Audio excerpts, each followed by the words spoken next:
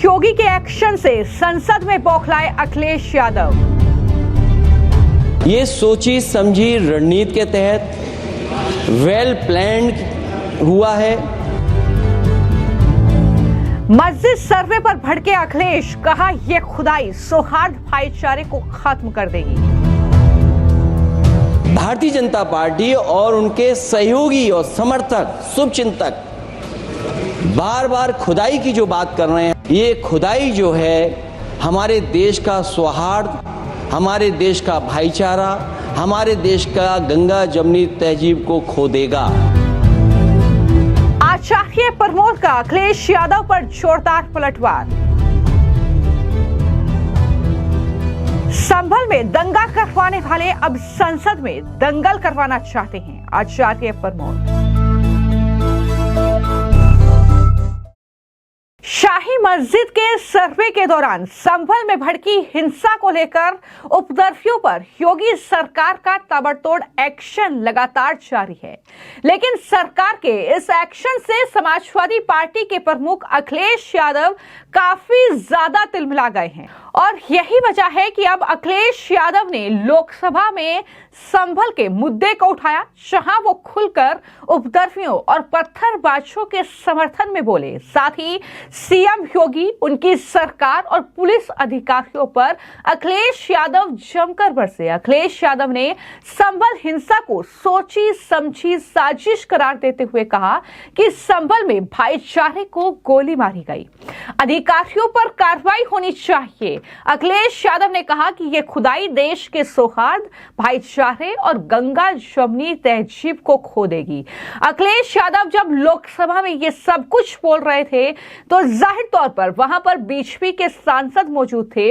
उन्होंने हंगामा किया। गिरिराज सिंह से लेकर पीयूष गोयल ने अखिलेश यादव जब ये तमाम बातें कह रहे थे तो वो भड़के और उन्होंने बीच में टोका और कहा कि आप ज्यादा सेकुलर बनते हैं। इस पर अखिलेश यादव ने भी पलटवार किया और कहा कि हम तो बहुत कुछ बनते हैं। इस तरीके से ये हंगामा जो है संभल हिंसा के मुद्दे पर लोकसभा में देखने को मिला, लेकिन जब सब कुछ ये अखिलेश यादव ने संसद में बोला तो इससे पहले आचार्य प्रमोद, जो कि कांग्रेस पार्टी के लीडर रहे हैं, उन्होंने दरअसल संभल में दंगा करवाने वाले अब संसद में भी दंगल करवाना चाहते हैं, ये ट्वीट उन्होंने कर दिया था। यानी उन्होंने अंदाजा लगा लिया था कि किस तरीके से संसद की कार्रवाई को ठप करना है, यह विपक्ष ने सोच लिया है, जिसमें पूरी रणनीति उन्होंने तैयार कर ली है। कभी अडानी के मुद्दे को लेकर तो कभी संभल की हिंसा को लेकर, जहां लगातार समाजवादी पार्टी की साजिश का खुलासा हो रहा है, जहां वो वर्ग अखिलेश यादव के पीछे संसद में बैठे हुए हैं, वही इस संभल हिंसा के आरोपी की लिस्ट में है। और इस तरीके से अखिलेश यादव अधिकारियों पर दोष मढ़ रहे हैं, किस तरीके से अखिलेश यादव ने तमाम बातें कही और किस तरीके से बीजेपी के सांसदों ने वहां पर हंगामा किया, इस पूरे मामले को लेकर जरा सुनिए। संभल जो इसलिए जाना जाता था कि भाईचारे के साथ वहाँ रहते हैं लोग, वहाँ अभी से नहीं, सदियों पुराना भाईचारा हजारों साल से इसी तरह रहते आए हैं। लेकिन अचानक ये जो घटना हुई है, ये सोची समझी रणनीति के तहत वेल प्लान्ड हुआ है और वहाँ के भाईचारे को गोली मारने का काम हुआ है। जो घटना हुई है वो सोची समझी साजिश है। वहाँ जो खुदाई की बात लगातार अध्यक्ष महोदय देश में कोने कोने पर भारतीय जनता पार्टी और उनके सहयोगी और समर्थक शुभचिंतक बार बार खुदाई की जो बात कर रहे हैं अध्यक्ष महोदय, ये खुदाई जो है हमारे देश का सौहार्द, हमारे देश का भाईचारा, हमारे देश का गंगा जमुनी तहजीब को खो देगा। मैं आपका धन्यवाद इसलिए भी देता हूं कि इस महत्वपूर्ण जो साजिश हुई, और वो साजिश सोची समझी इसलिए मैं बोल रहा हूं। उत्तर प्रदेश का चुनाव था, पहले 13 तारीख को चुनाव होना था और 13 तारीख के चुनाव को उन्होंने बढ़ा करके 20 तारीख कर दिया। और इस जो घटना है मैं आपके सामने पढ़ना चाहता हूं। अध्यक्ष महोदय, ये यात्रा रुकी क्यों नहीं है? यात्रा ले जाओ दूसरी तरफ। अध्यक्ष महोदय, संभल की शाही जामा मस्जिद के खिलाफ 19/11/2024 को सिविल जज सीनियर डिवीजन छंदौसी संभल में एक याचिका डाली गई। कोर्ट ने दूसरे पक्ष को, अध्यक्ष महोदय सुनिए, ये सुनना चाहिए, हम यूं ही नहीं कहते थे। आप संक्षिप्त में बोले।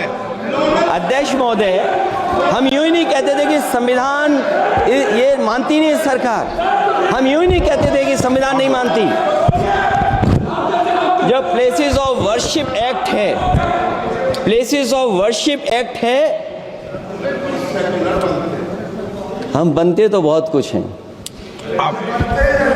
संभल के शाही जामा मस्जिद के खिलाफ 19/11/2024 को सिविल जज सीनियर डिवीजन चंदौसी संभल में एक याचिका डाली गई। कोर्ट ने दूसरे पक्ष को सुने बगैर उसी दिन 19/11/2024 को सर्वे के आदेश दे दिए। ताज्जुब की बात है, संभल के जिलाधिकारी संभल और पुलिस अधीक्षक संभल आदेश को पढ़े बगैर 2 घंटे के बाद सर्वे के लिए पुलिस बल के साथ शाही जामा मस्जिद पहुंच गए। जामा मस्जिद की कमेटी, जनप्रतिनिधि, उलेमा इकराम, सभी अधिवक्ताओं ने सहयोग दिया। जिलाधिकारी संभल और पुलिस अधीक्षक संभल ने 2.5 घंटे सर्वे के बाद कहा, आप सब सर्वे पूरा हो चुका है और अब रिपोर्ट कोर्ट को भेज दी जाएगी। लेकिन दिनांक 22/11/2024 फ्राइडे को जुमे की नमाज के लिए लोग नमाज अदा करने के लिए जामा मस्जिद पहुंचे, लेकिन पुलिस प्रशासन ने बैरिकेड लगा दिया ताकि लोग नमाज न पढ़ सकें। उसके बाद भी लोगों ने संयम बरतते हुए नमाज अदा की और किसी प्रकार का विरोध प्रदर्शन नहीं किया। 29/11/2024 को कोर्ट की अगली तारीख तय थी। शाही जामा मस्जिद की कमेटी और मुस्लिम समाज के सभी लोग कोर्ट में केस की पैरवी के लिए तैयारी कर रहे थे, परंतु दिनांक 23/11/2024 की रात पुलिस प्रशासन द्वारा कहा गया 24/11/2024 यानी अगले दिन सुबह को दोबारा सर्वे किया जाएगा। शाही जामा मस्जिद कमेटी और अधिवक्ता ने कहा कि इस सर्वे तो मुकम्मल हो चुका है, अब दूसरे सर्वे की क्या आवश्यकता है? कोर्ट के आदेश का हमने पालन कर दिया। अगर दूसरे सर्वे कराना है तो दोबारा आदेश करवाएं, कोर्ट के आदेश के बाद हम दोबारा सर्वे करा देंगे।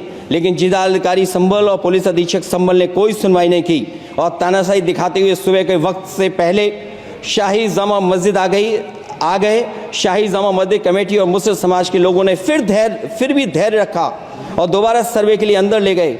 सर्वे के दौरान करीब 1.5 घंटा बाद जब जनता को सूचना मिली तो वो इकट्ठा होना शुरू हो गए। लोगों ने सर्वे का कारण जानना चाहा तो सर्किल ऑफिसर ने उनके साथ गाली गलौज की और लाठीचार्ज करवाकर बुरी तरह जख्मी कर दिया। इसका विरोध करते हुए चंद लोगों ने पत्थर चलाए, जिसके बदले में पुलिस के सिपाही से लेकर के अधिकारियों तक ने अपने सरकारी और प्राइवेट हथियारों से गोलियां चलाईं, जिसका वीडियो रिकॉर्डिंग है, जिसके एवज में दर्जन लोग गोलियों से घायल हो गए हैं। 5 मासूमों जो कि अपने घर से सामान लेने के निकले थे, उनकी मृत्यु हो गई। संभल का माहौल बिगाड़ने में संभल का माहौल बिगाड़ने में याचिका दायर करने वाले लोगों के साथ पुलिस और प्रशासन के लोग जिम्मेदार हैं। इनको निलंबित किया जाना चाहिए और हत्या का मुकदमा चलाया जाना चाहिए, जिससे कि लोगों को इंसाफ मिल सके और आने वाले समय में कोई इस प्रकार की संविधान के खिलाफ और गैर कानूनी घटना को अंजाम न दिया जा सके।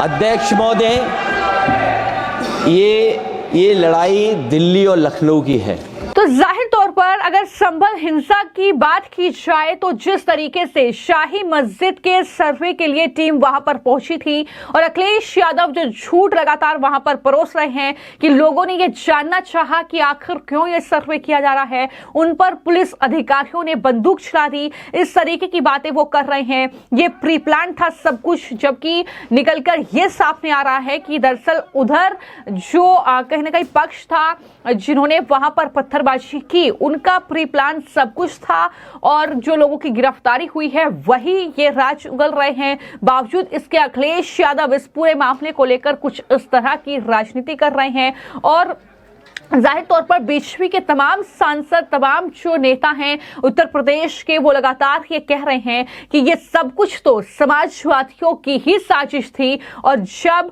अब उन पर ये भारी पड़ रही है तो वो दरअसल पुलिस अधिकारियों को इस तरीके से जो है कोस रहे हैं, इस तरीके से बीजेपी पर सवाल उठा रहे हैं। लेकिन अखिलेश यादव सीधे तौर पर ये कह रहे हैं कि प्रशासन इसके लिए जिम्मेदार है, और अखिलेश यादव ने जवाबदेही और पारदर्शिता की मांग करते हुए इस मुद्दे को संसद में उठाया है और चर्चा की मांग की है इस मुद्दे पर। हालांकि मैंने आपको लगातार इस पूरे मामले में जानकारी दी है कि किस तरीके से दरअसल समाजवादी पार्टी के जो सांसद हैं वहां के उनका नाम जो है इस पूरी हिंसा के मामले में सामने आया है। उन पर जो है एनएसए के तहत कार्रवाई होनी चाहिए, ये मांग भी लगातार देश में उठ रही है, क्योंकि संभल में जो ये पूरा मामला है ये शाही मस्जिद के सर्वे को लेकर था, जिसको लेकर ये हिंदू पक्ष का दावा है कि वो मंदिर था और वहां पर मस्जिद का निर्माण किया गया। हालांकि कोर्ट में ये पूरी सुनवाई चल रही है, आने वाले वक्त में इसमें जो है रिपोर्ट भी पेश होनी है। लेकिन उससे पहले मैंने आपको ये जानकारी दी थी कि रिपोर्ट को लेकर भी क्या कुछ खुलासे हो रहे हैं, किस तरीके से चीजें निकलकर सामने आ रही है कि ये मस्जिद नहीं मंदिर ही था।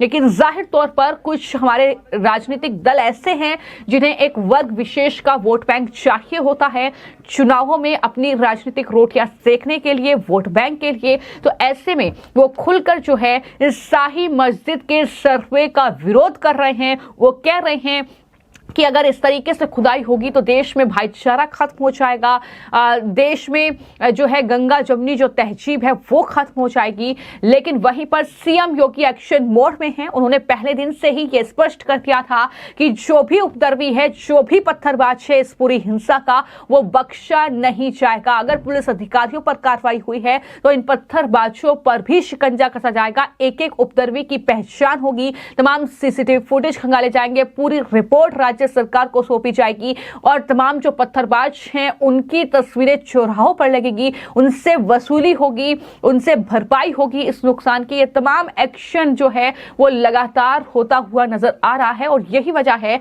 कि इस तरीके से अब जो इन पत्थरबाजों के, इन उपद्रवियों के हमदर्द हैं यानी अखिलेश यादव और पूरा इंडिया अलायंस, वो इस तरीके से बौखलाया हुआ है कि संसद में इस पूरे मामले को लेकर अब हंगामा करता हुआ नजर आ रहा है।